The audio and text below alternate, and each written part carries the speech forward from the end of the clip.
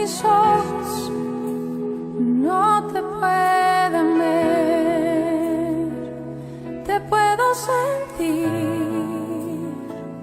sé que estás aquí, aunque mis manos no pueden tocar tu rostro, Señor, sé que estás aquí.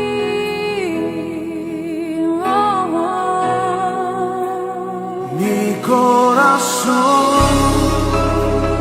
puede sentir tu presencia, tú estás aquí, tú estás aquí. Puedo sentir tu majestad, tú estás aquí,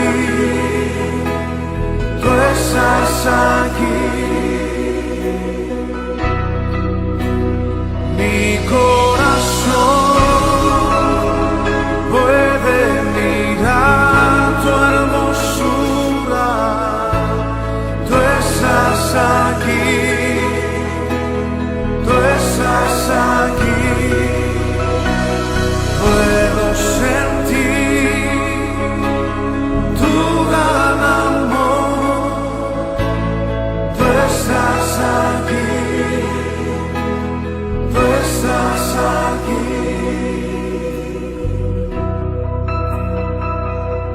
Aunque mis ojos no te pueden ver, te puedo sentir, sé que estás aquí, aunque mis manos no pueden tocar tu rostro, Señor, sé que estás aquí.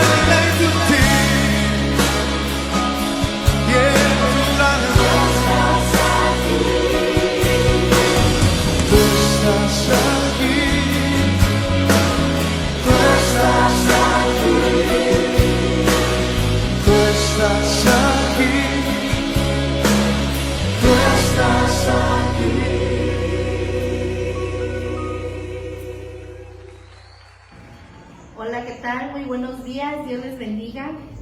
Hoy es un honor para nosotros, para mi esposo Eduardo y la servidora Pili, para quien no nos conoce. Les damos la bienvenida a la página La Roca Puerta al Cielo. Y bueno, pues vamos a compartir el día de hoy un tema, darle continuidad al tema, a la sala de prédicas de 3. Hoy toca la segunda de 3. Y bueno, pues vamos a dar inicio. Muchas gracias. Hola, buenos días. Bueno, pues empezamos. Hacemos una pequeña recapitulación de lo que fue la primera parte de esta saga, en la cual nos dice la palabra de Dios que había descendido Jesús del monte en el cual había estado con 3 discípulos de ellos. ¿Recuerdan quiénes eran esos 3 discípulos? Era Pedro, Juan y Jacobo. Decimos o comentamos que este es el círculo concéntrico con el cual Jesús siempre contaba. De los 12 había 3 con los cuales siempre contó y los tuvo en un círculo muy íntimo. Y estos eran estos 3 pescadores, los cuales eran socios, y el jefe de ellos era Pedro. Descienden ellos del monte, y obviamente en ese monte sucede la transfiguración, ese momento tan hermoso, tan sublime, en el cual el rostro de Jesús resplandece, se ve muy bello. Ellos estuvieron presentes en ese pequeño suceso que sucede en esta parte de la Biblia. Ellos descienden al valle, y cuando llegan al valle encuentran una situación, una escena un poco totalmente distinta o abismalmente distinta a la cual ellos habían vivido en ese monte. Hay un artista muy famoso, el cual realiza una pintura, la cual se llama La Transfiguración. Pueden ustedes buscarla si gustan en internet, pueden googlearla, en la cual nos detalla el panorama amplio y completo de qué es lo que estaba sucediendo en ese momento. Después de que ellos estuvieron en ese monte a más de 2.800 metros de altura, la cual está cubierto de nieve y hay nubes, no se alcanza a ver desde el valle qué es lo que sucedía. Ellos estuvieron en el momento más sublime, yo creo, de la historia, y ellos bajan a ver la triste realidad. Se encuentran con la aglomeración de la gente, se encuentran con un público un poco expectante, un poco molesto, en los cuales dentro de ellos habían unos escribas, los cuales discutían con los 9 discípulos que habían quedado en tierra. Vamos a recordar en el versículo, el capítulo es San Marcos 9, el versículo 18 termina diciendo: y no pudieron. Vamos a darle continuidad al versículo 19, ¿qué es lo que nos dice? Amén. Bueno, pues el tema anterior se llamaba No hay mal que por bien no venga.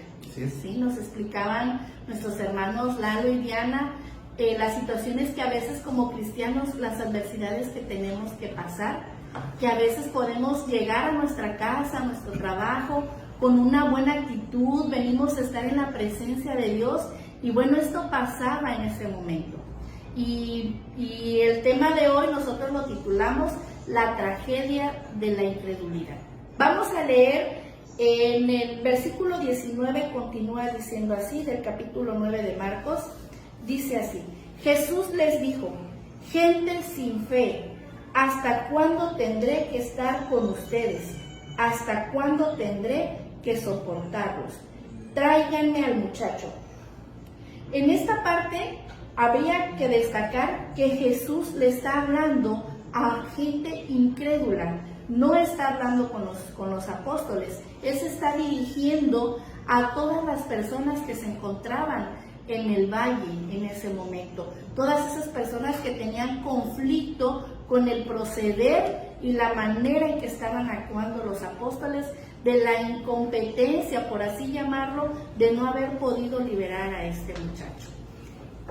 Jesús llega de una transfiguración, llega con una actitud alegre después de haber de encontrarse con Samuel y con Elías y ver la gloria de Dios manifestada en él, porque decía que su rostro resplandecía. ¿Sí? Estas personas a las que él les llama gente sin fe, ese tipo de personas son las mismas que se oponían al propósito de Jesucristo en esta tierra. Debemos destacar ese punto, porque nosotros como hijos de Dios o como personas cristianas que conocemos de Dios, vamos a recibir ese tipo de críticas, y siempre las personas van a estar buscando cualquier pretexto para señalarnos. Esas personas que corrieron a recibir a Jesús, así como que ¡wow! El hacedor de milagros. Yo quiero imaginar que gente hasta se desmayaba de ver a Jesús. Gente que que se maravillaba de los milagros de Jesús, gente que se fascinaba con lo que él hacía, pero no estaban de acuerdo con el propósito que Jesús tenía en esta tierra. Entonces Jesús está hablándole a estas personas. Jesús llega con un gozo, llega con una alegría, llega con y de pronto, oh triste realidad, se encuentra con un problema y él obviamente se exaspera. Y aquí podemos ver que nuestro Señor Jesucristo, el mismo Dios, Rey de gloria y Señor de señores, también era una persona. Y él aquí saca ese Jesús que tiene toda la autoridad, y llega y les habla de una manera molesta. ¿Y por qué Jesús se molesta? ¿Por qué Jesús les contesta de esa manera? Porque si hay algo con lo que Jesús no comulga, es con la incredulidad de las personas, es con la falta de fe. Jesús se incomoda con ese tipo de personas, y es por eso que Él les habla de esa manera. La palabra incrédulo viene del griego apistifos, algo así, pero por ahí viene la cosa. No la sé pronunciar bien, pero ahí está. Y eso significa sin fe. Viene esa es la frase que Jesús está diciendo en esa traducción. Gente sin fe, gente que no cree en lo que Él vino a hacer, en el propósito que Él venía a hacer. No quiere decir que Jesús no tuviera el poder y la autoridad de hacerlo. Es que, como les decía yo hace un momento, son personas que se maravillaban, y hasta el día de hoy, gente que solamente busca a Jesús por sus milagros. Gente que nada más está ahí cuando tiene un momento de adversidad, en un terremoto, en una enfermedad, en una situación en la que no te queda de otra más que buscarlo. Pero una vez tú recibes tu milagro, viene esta incredulidad. ¿Por qué? Porque somos capaces de creer en todo, menos en la verdad que está escrita en la palabra de Dios. Y el apóstol que escribe este evangelio no estuvo presente en esta historia, pero él la relata de una manera en la que él quiere que el lector se transporte a ese momento y lo detalla y lo desmenuza. De hecho, el pasaje es tan largo que por eso decidimos dividirlo en 3 y analizarlo, porque ese es el propósito del por qué el apóstol Marcos lo hace de esta manera. Dice: ¿hasta cuándo tendré que estar con ustedes? ¿Hasta cuándo tendré que soportarlos? La actitud de Jesús era de molestia. Y más adelante vamos a ver que al mismo tiempo que Él combatía y luchaba con esa gente sin fe, con esa gente incrédula que nada más iba en busca del morbo, del ver, a ver si Él sí lo va a hacer. Pues esa misma, después más adelante Jesús tiene una actitud de misericordia. Continúa. Amén. Continuamos en el versículo 20 y la palabra de Dios dice así: y se lo trajeron. Cuando le vio, luego el espíritu le desgarraba, y cayendo en tierra se revolcaba, echando espumarajos.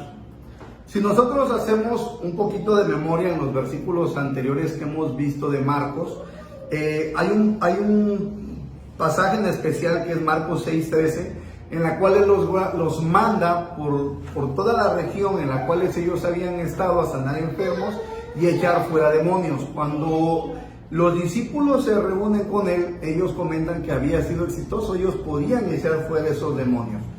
Pero en todos estos versículos que nosotros hemos visto, si se dan cuenta, los demonios, cuando Jesús se presentaba, hablaban o tenían una interacción con ellos. Probablemente a lo mejor no era una charla amena, pero les decía un ejemplo: ¿qué tienes tú con nosotros, Jesús de Nazareno?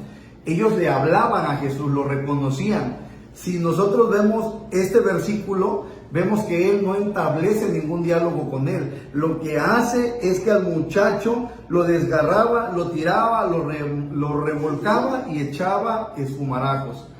En la antigüedad ellos le llamaban a esto que era una persona lunática. ¿Por qué decían esto? ¿Por qué tenían esta creencia?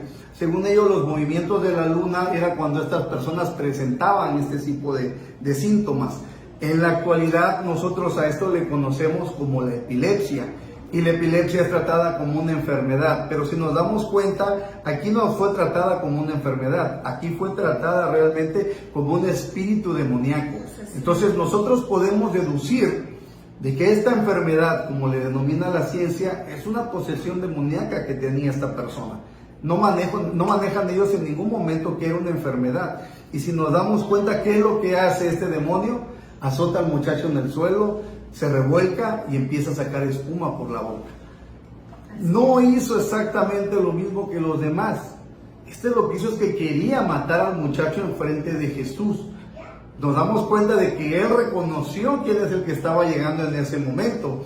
Probablemente sus discípulos no pudieron echarlo fuera, pero cuando él reconoce a Jesús, él se da cuenta y hace esta acción con este muchacho. Ok, perfecto. Okay, adelante.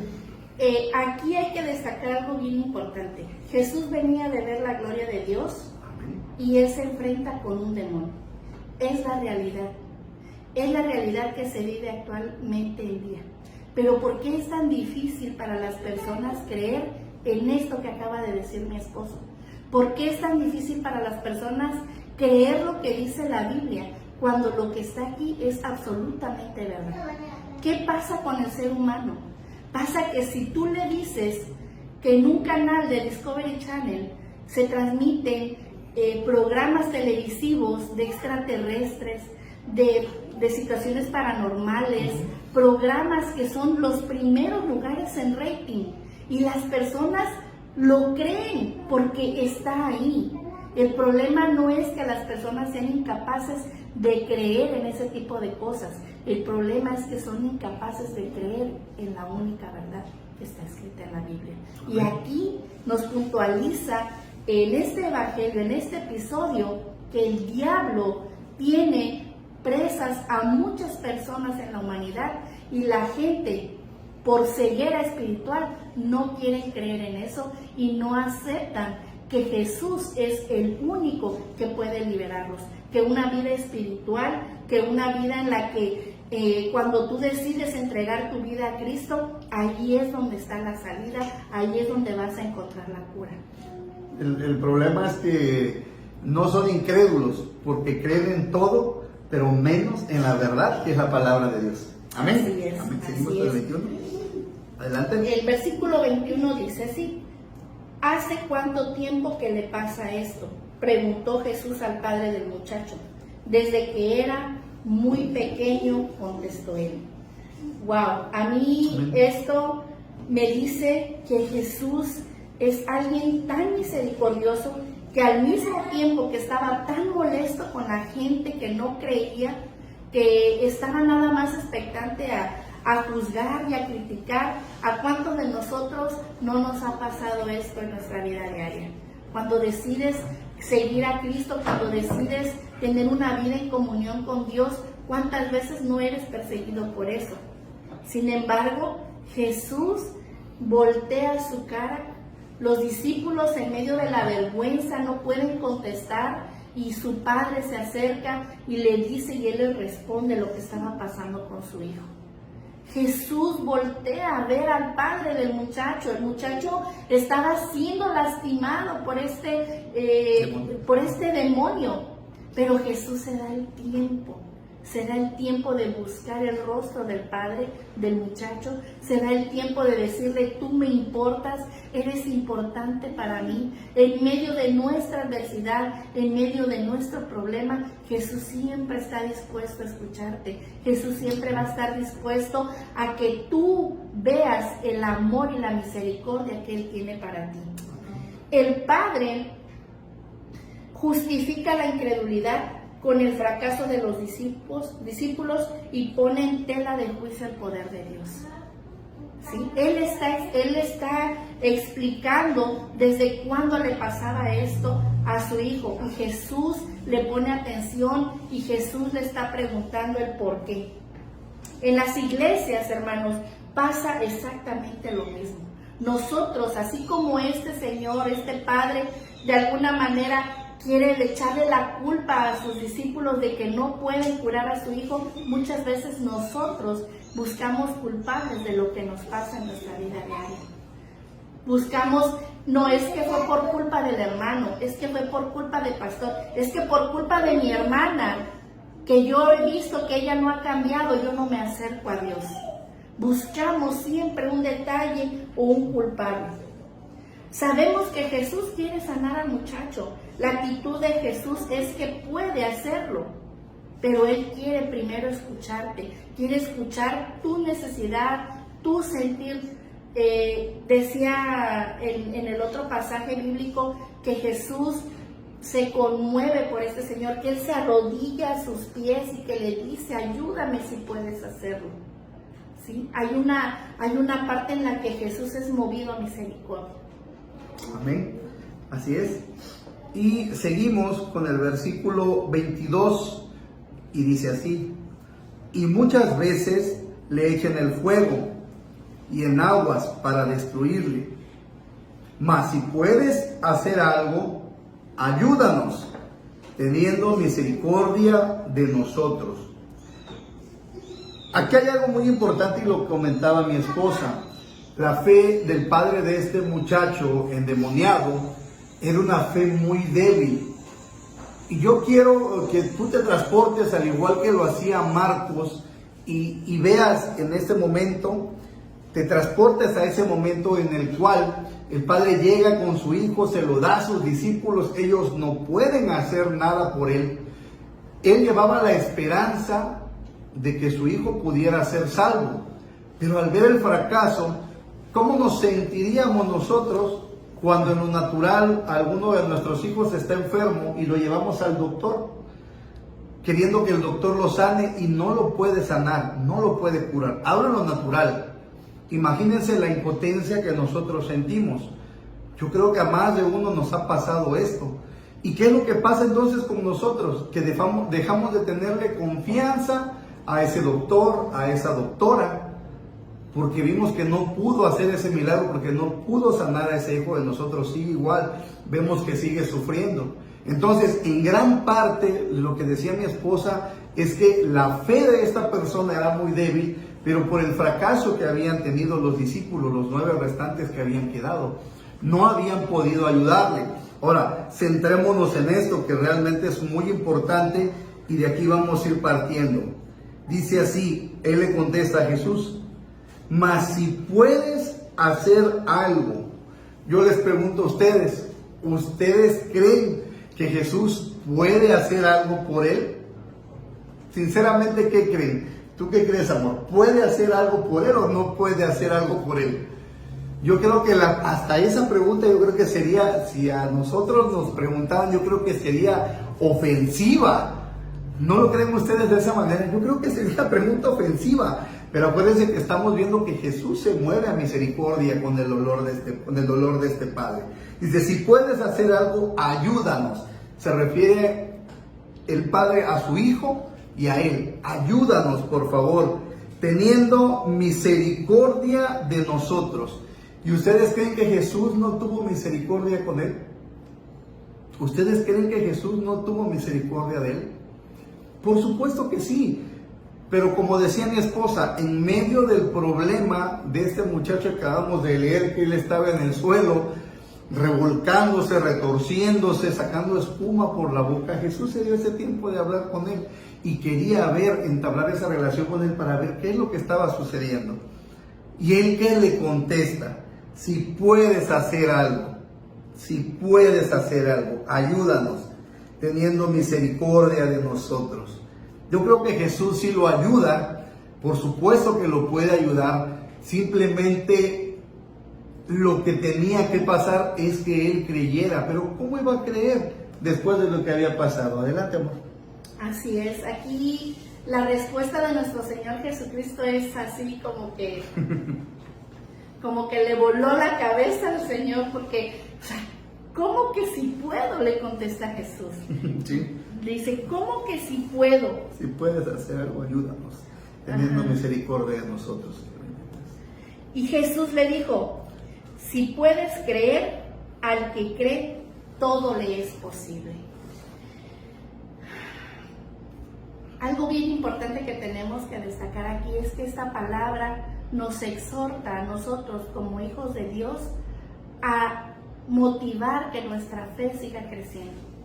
Y la única manera en la que nosotros podemos acrecentar nuestra fe es pidiéndoselo a Él mismo, como lo hizo este hombre angustiado, este hombre desesperado. Jesús tenía la capacidad de hacerlo, Jesús quería hacerlo, pero Jesús estaba confrontando la poca fe que tenía este padre. Si puedes creer, al que cree, todo le es posible. Y cuando Jesús dice todo, es porque es todo. Jesús es el Rey de Gloria, Jesús tiene el poder para hacerlo. Y dice también en su palabra, en Juan 14:13, todo lo que le pidas en mi nombre será concedido para la gloria de Dios. También cómo pedimos nosotros, y cuando decimos en el nombre de Jesús, es encerrar todo lo que conlleva, todo el significado, toda la esencia de nuestro Señor. Es que tengas consciente de cuán grande y poderoso es Él para hacer las cosas. Algo que tenemos que destacar aquí bien importante es que Jesús no comulga para nada con la incredulidad. Si vemos la palabra de Dios en Hebreos 11:6, dice así la palabra de Dios. De hecho, sin fe es imposible agradar a Dios.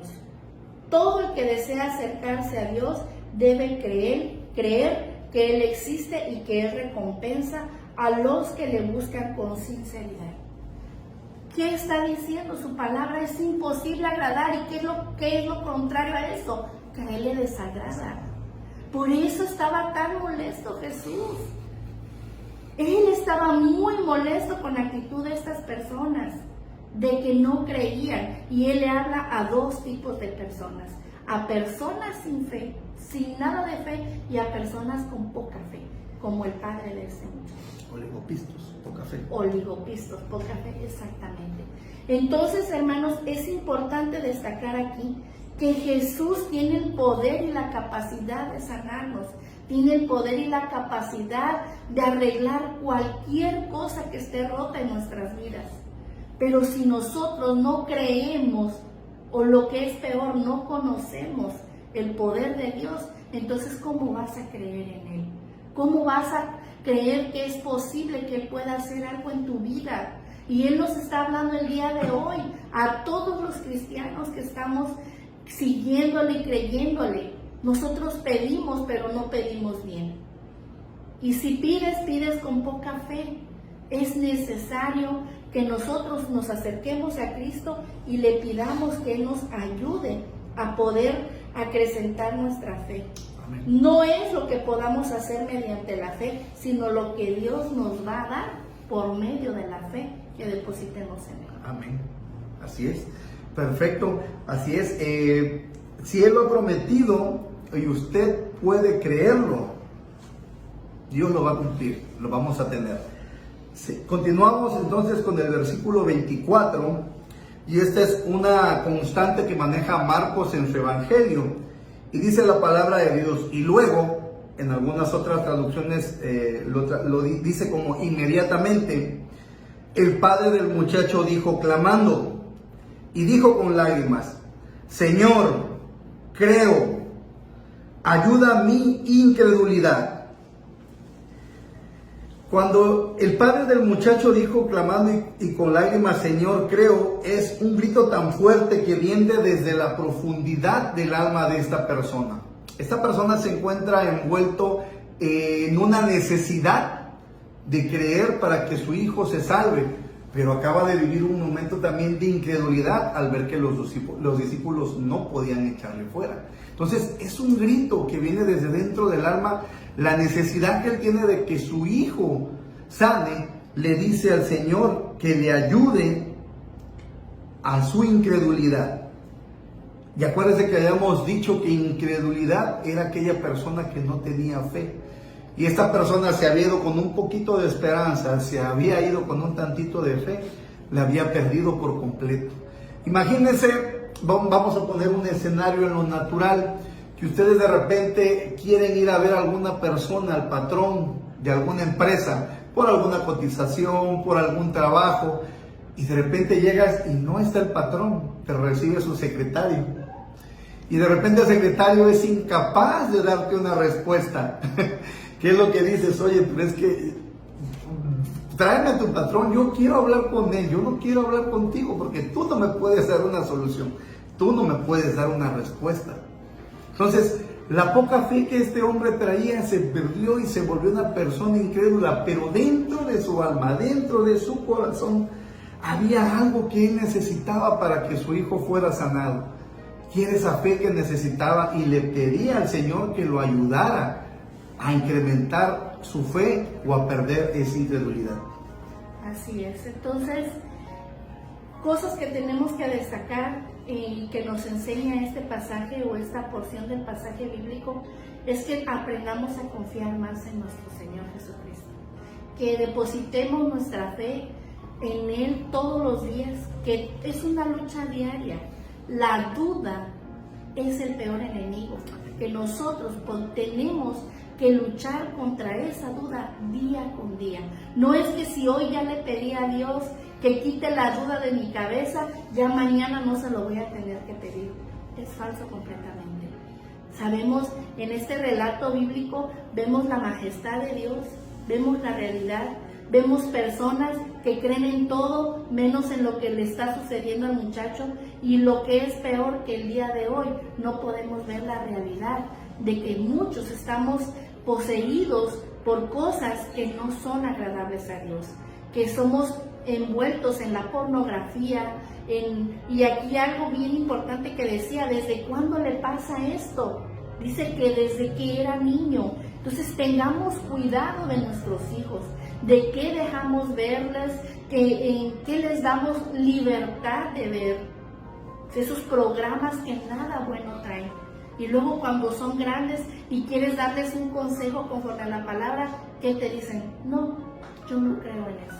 Tengamos cuidado cómo nos conducimos como padres, qué les estamos enseñando a nuestros hijos. Y bueno, lo más importante de todo esto es que siempre, siempre Jesús va a estar ahí dispuesto a ayudarnos, pero siempre y cuando, como este padre, aún en medio de su poca fe o de su incredulidad, él recurrió al mejor médico que podía haber para sanar a su hijo de esta posesión demoníaca, que era el Señor Jesucristo. El día de hoy los invitamos a seguir meditando en su palabra, que es viva y es eficaz. ¿Sí? Nosotros como padres tenemos ese compromiso de enseñarle a nuestros hijos, de enseñarle a la iglesia conforme a la verdad que está escrita en la palabra de Dios. Amén. Y bueno, pues pedimos a Dios en el nombre de Jesús que Él nos ayude día a día a vencer esta duda, esta incredulidad, y que nos ayude. Y hay que hacerlo de forma diaria. Los invitamos a cerrar, a inclinar su rostro ahí donde estás en tu casa. Te invitamos a hacer esta oración.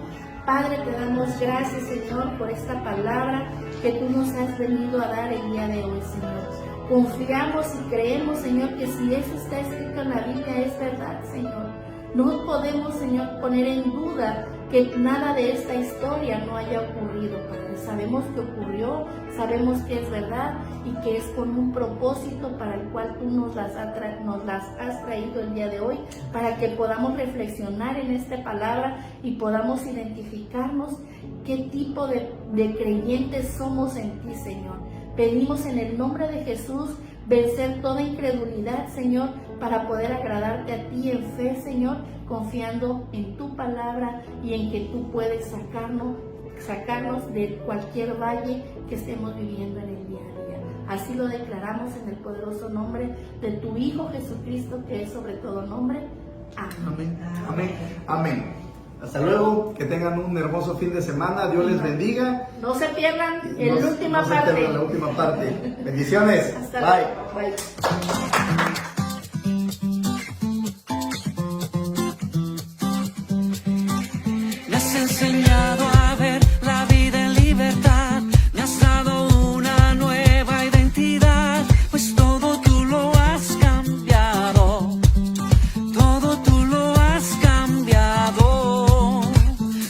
amor quitó el